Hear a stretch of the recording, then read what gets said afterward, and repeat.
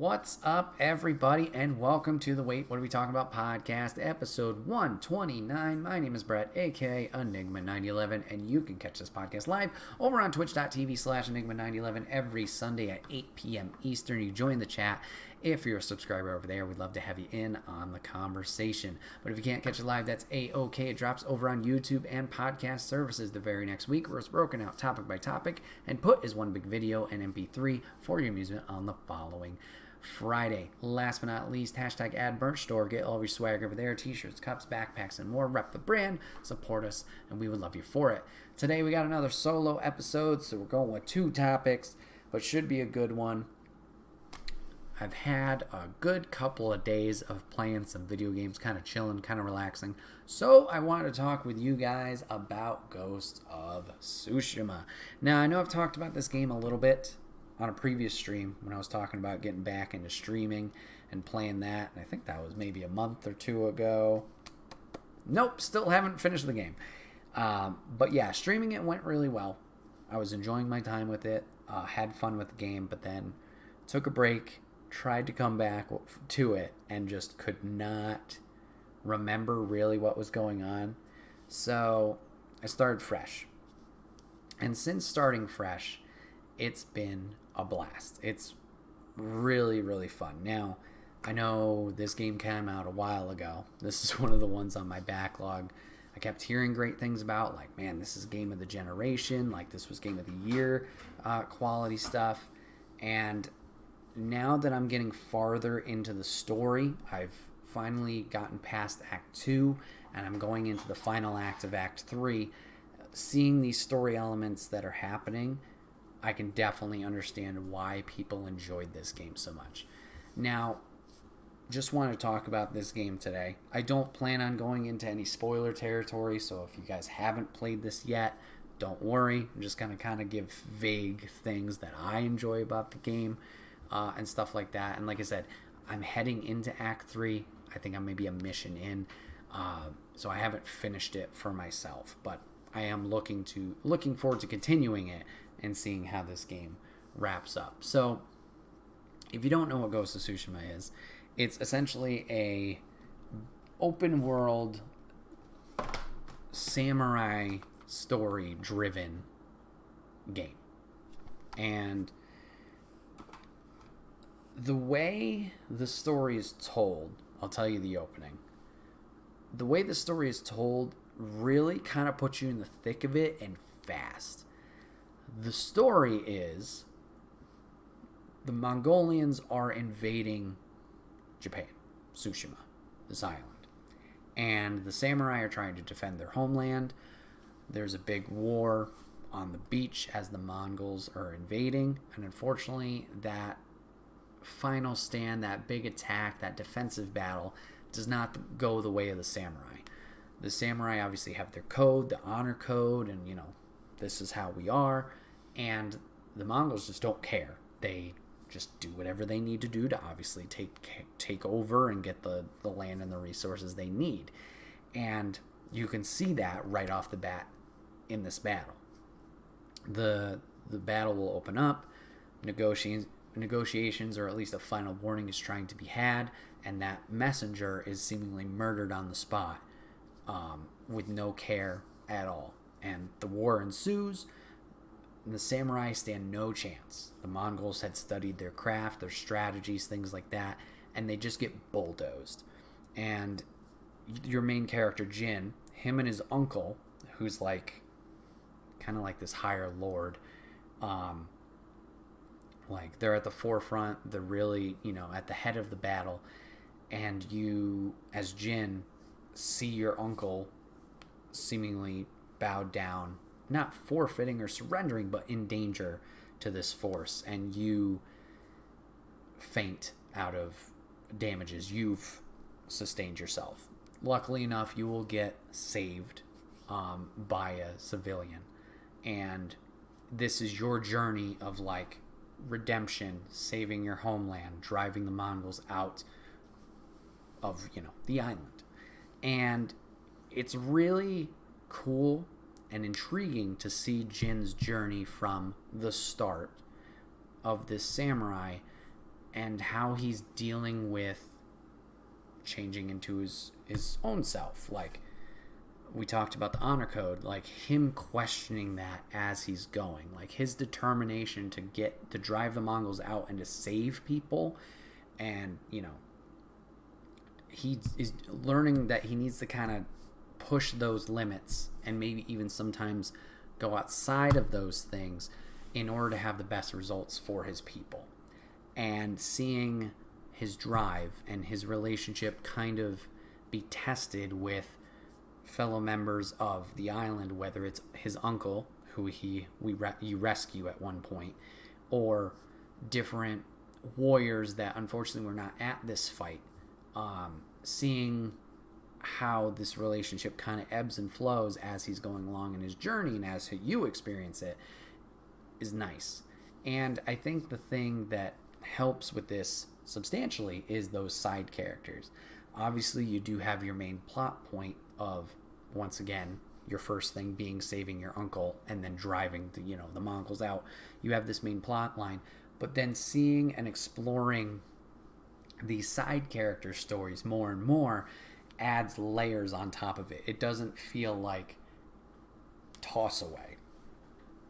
Now, you don't necessarily have to do all these missions, but they're rewarding, once again, that it doesn't feel thrown away, like a toss away, like it's useless. It's just like, oh, I did that thing for experience or whatever. These relationships, as you explore them, make the story as a whole more interesting. And I think that's great, whether it's, Lady Misako or what's the guy's name?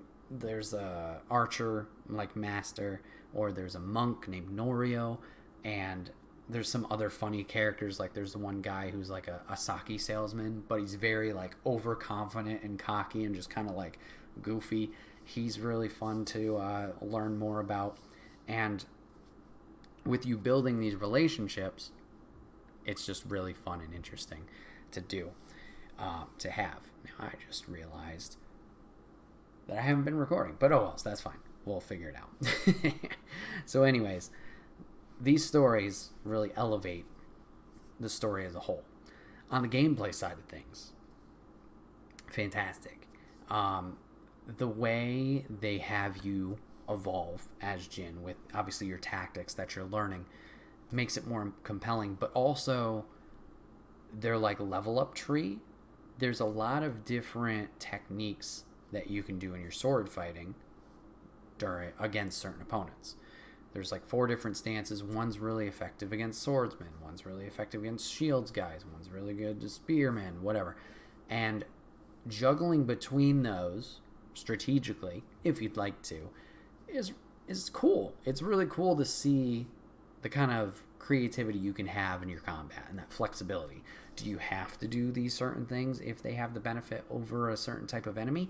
No. If you just want to stick with this one type, you can stick with this one type. But having that flexibility and that freedom to change it up, really nice, really nice. You kind of learn what works for you, what doesn't, etc. as you're going through this journey. Now, in my playthrough, as this big open world game, I've been doing every little nook and cranny and side quest that there is to offer too, and it's been fun. It's been fun doing these things and getting the rewards of obviously my character's growth, but then just exploring the world, whether it's the fox dens and honoring the shrines that they bring you to, or it's the little challenge shrines, or it's almost like kind of like not a what's the word? It's kind of like a maze or a obstacle course, Jesus, that you have to kind of navigate through that puzzle to get to this prize at the top. I will say there are some that are like you get cosmetics that you can obviously customize your character in, whether it's armor sets or your sword and how the shader of it is or the color of it is. Sometimes I personally, maybe it's just me, there's a lot of them I'm just like, I don't care about this outfit or this armor set. some of them just don't look super, super great or aren't that interesting. Like, from the cover, there's this mask that Jin can wear in his samurai garb, and there are different masks that you mix and match between the sets. Not a lot of the masks are very interesting or cool looking, and that's kind of unfortunate. I wish there was more there that I kind of felt compelled to customize him with, but it's not the end of the world. It's just something I've noticed as playing through it. But yeah, this game is fantastic. If you haven't gotten a chance to play it, I definitely recommend it. It was on PlayStation 4. They kind of made like a director's cut game for PS5, which also, I don't know if includes Iki Island, but is like an additional story add-on along with it. I don't know if it's free on PlayStation Plus through like the PlayStation 5, like PlayStation 4 Classics. I don't think so. I think those are more towards the beginning of the PlayStation 4's life cycle. But yeah, it's been a great time, and the story beats are interesting. Makes you want to keep playing. The transition from an Act 2 to an Act 3 is really compelling and just makes you like, shit. That moment of like really showing your investment and making you care about certain things, it was really good. It was really good. And yeah, there's some beats there, just like they hit hard, and really good. Really just makes you want to keep going and see the payoff and the finale of this story. So, but really enjoying my time with Ghost of Tsushima. I'm excited to see where it goes from here. Keep playing through. I don't know if I'll fully dive into the Iki Island DLC afterwards. I think it's only PlayStation 5 exclusive, so I'm playing the PlayStation 4 version. At least right now, I don't want to have to replay through the entire story to then experience that, if that makes sense. So maybe down the road we'll get to that, but we'll see. So yeah, Ghost of Tsushima, definitely go play it if it's on your backlog, or if you haven't even heard of it. Good times. Moving on to topic 2. I want to talk about reality TV shows. And you're like, what, Bret? You want to talk about that? Yeah, what the hell did this bring on? Or what brought this on? I've been watching quite a bit lately. And I never thought I would say that. Lady and I have been watching a lot of The Amazing Race lately. And this show is great. It's a real fun time watching through these shows online. And I just wanted to kind of talk about reality shows, my kind of mixed bag fandom of them, and then obviously talk about Amazing Race afterwards and how much I'm enjoying that show. So yeah, reality TV and me are kind of a mixed bag. Used to watch quite a few back in middle school, like VH1, all those love shows. Why I was interested in those ever, I don't know. There were some interesting characters there, but a lot of unique personalities. A lot of it was dumb. Looking back, once again, why the fuck did I watch these shows? Why did I give them the time? But yeah, I used to watch those, and then we kind of, I don't know if I just got smarter or matured, but just realizing how stupid it could be with everybody bitching left and right at each other. And the drama, I guess you could say. And I guess I understand that makes it compelling and interesting for some people, of just like that competitive aspect, or the different personalities, whether they're, working together, they're not working together, when is it going to blow up in their face, the betrayal, the drama, the this, the that, the other thing. I don't know. But like, as it continued, certain shows just kind of, not rubbed me the wrong way, but whenever I saw ads for it, I was just like, no, I'm good. Like a Big Brother, like a Jersey Shore, like Survivor occasionally. I remember when those ads started going. Yeah, I was just like, no, that's not for me. And there was a couple, like I already mentioned, watching those VH1 dating shows early on. There was a couple later on that got my attention, and I think it was more the competitive aspect. Like, this is a competition, which I guess they all are kind of, but it was more of a tactile competition. I don't know if that's the right terminology for it, but something like oh crap, I just had it in my head and I totally blanked. So there was a game show, or not a game show, but a video game competition, I believe on Sci-Fi, and I'm blanking on the official title, but it had like Justin Wong was on it. That was the first time I had seen him. But that competition was really cool, and maybe it was just the tying in of the video game aspect into it as well. That was really fun, seeing the different competitions they would do, like mixing video games and some kind of real life challenge, whether it's racing in a simulator or this Halo competition for hours upon hours on end, but certain things they had to do, whether it was standing on a platform whilst they were playing the entire time or whatever it was. But that was interesting. And then the one that like really took off for me that I loved was Face Off, another one on Sci-Fi, but it was like a cosmetic and like creature makeup show, and that one was a blast. And I think the reason I liked that one so much, the other one, kind of had this aspect, but the drama aspect was kind of out of it. Not that it wasn't interesting and there weren't suspenseful moments, but for the most part, the bitching at each other and complaining at each other and stuff like that wasn't present. And I think that's what I kind of latched onto. I know there's a lot of cooking shows out there too that have like the competitions, obviously like a Hell's Kitchen. I remember watching that and enjoying that from time to time. But like Great British Bake Off and other shows, I don't know how they work, but it was nice to see just the focus on the competition. It wasn't always like, oh, this person's backstabbing me, this person's sabotaging, blah, blah, blah. And once again, I understand that's kind of the draw and the appeal of these shows, and that's where the entertainment aspect comes in. But for me, that's always been kind of like a deterrent, I guess you could say, to a certain point. So now getting to the main focus of it, or at least this episode, Amazing Race. Now watching a bunch of that, I've been falling in love with it, and I didn't think I would enjoy it as much as I have been, to be honest. We started with, I think it was season 28, and it was like an influencer episode. So a lot of people who were in content creation, some YouTube people, some Instagram people, some, just web show stuff. And there was two competitors that I happen to know, and Lady let me know that they were in this show. And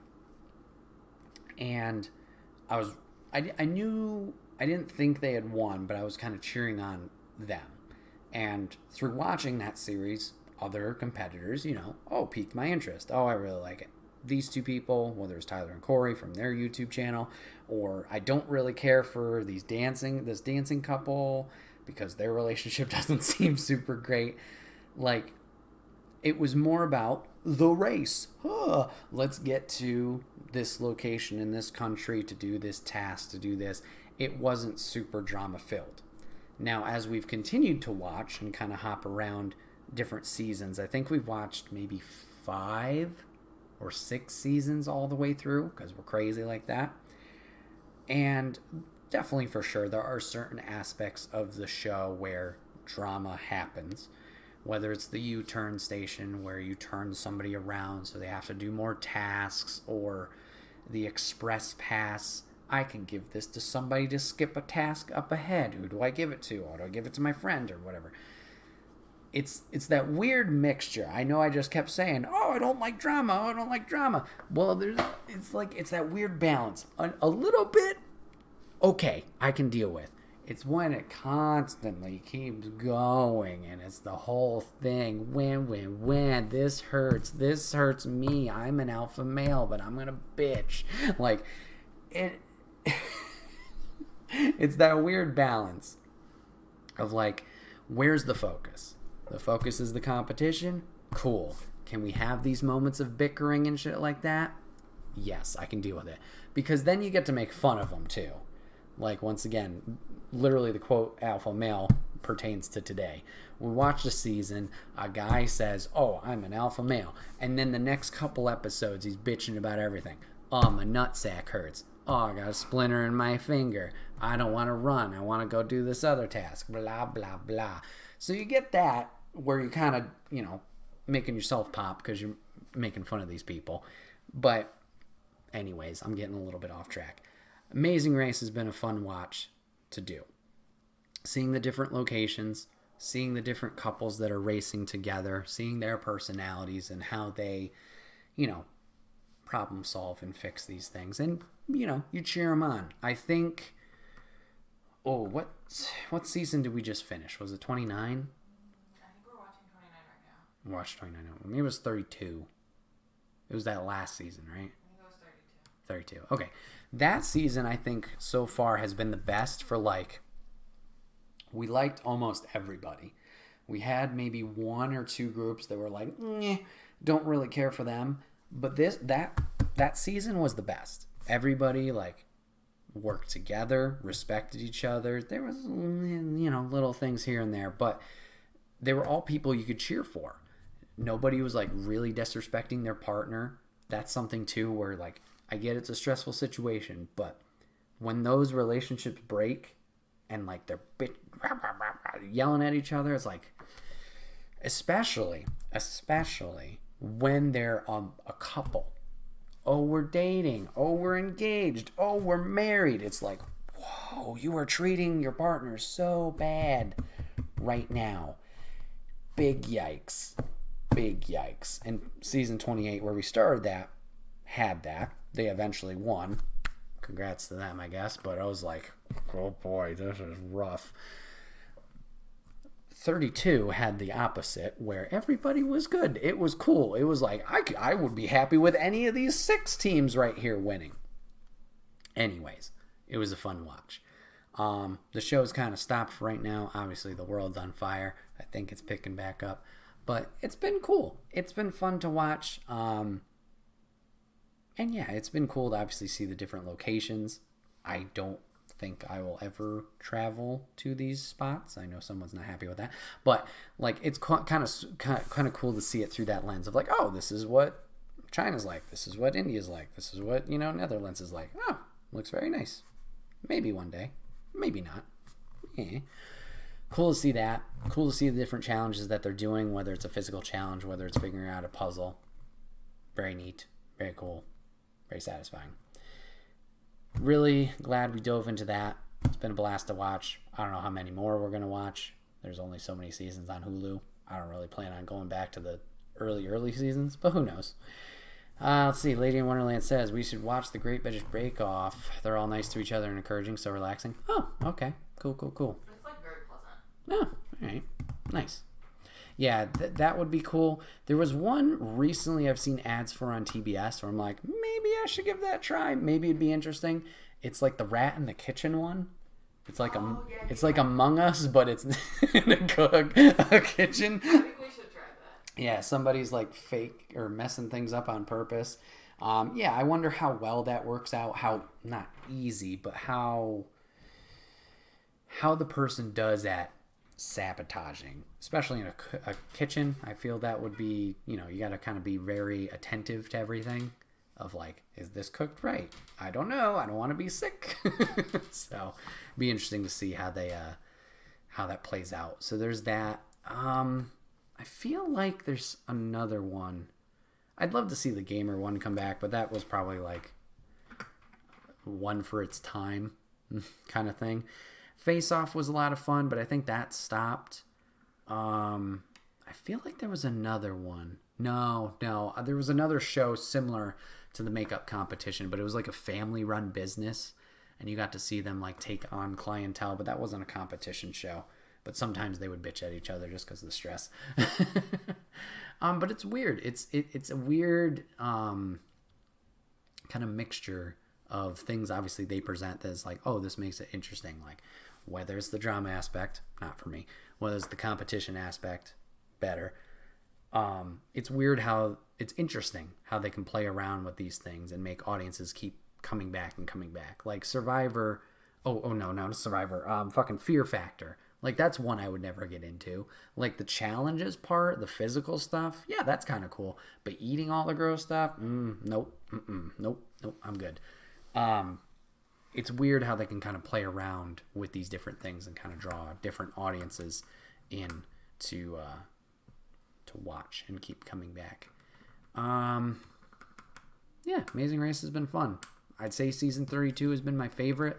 If I had to pick a couple or two that have been my favorite overall, I think Afghanimals would have to definitely be up there.